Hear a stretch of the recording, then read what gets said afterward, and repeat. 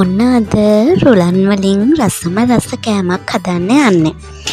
රුලන්, පොල්, fresh milk හෝ පිටිකිරි, astral හරි, බටර් හරි, බේකින් සෝඩා, වැනිලා, සීනි.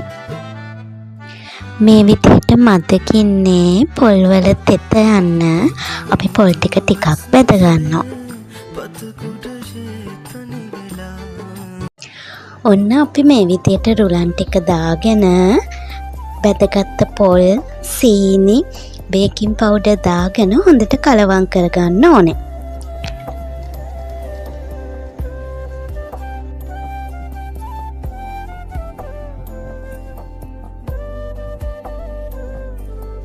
මේ විදියට හොඳට මික්ස් කරගත්තට පස්සේ බටර් ග්‍රෑම් 100 දාලා හොඳට මේකත් මික්ස් කරගන්න ඕනේ බටර් ටික දිය වෙනකම්.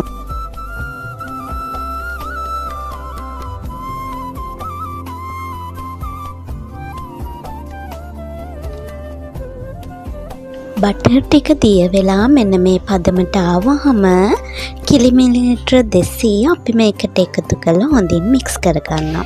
ඊළඟට වැනිලා ටිකත් එකතු කරන් මික්ස් කරගන්න. ඊළඟට ට්‍රේ එකේ මේ විදියට බටර් ගාගෙන අපි හදාගත්ත බැටර් එක මේ විදියට දාගන්නවා.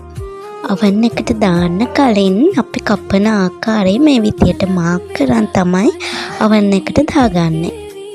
oven එකේ කේක් එක බේක් වෙනකන් අපි ඊළඟට කරන්නේ sugar syrup එක හදාගන්නවා. ඒකට මේ විදියට සීනි ග්‍රෑම් 50ක් දාලා වතුර කෝප්පයක් දාලා ලෙමන් යුෂ ටිකක් දාලා සිරප් එක හදා. ඔන්න කේක් එක බේක් වෙලා තියෙන්නේ. අපි හදාගත්ත sugar syrup ටික මේ විදියට උඩින් දාගන්නවා. ඉතින් ඔයාලත් හදලා රස බලලා කමෙන්ට් එකක් දාන්න. මෙන්න මේක තමයි අවසානය. ගිහින් එන්නම් පරිස්සමින් සතුටින් ඉන්න.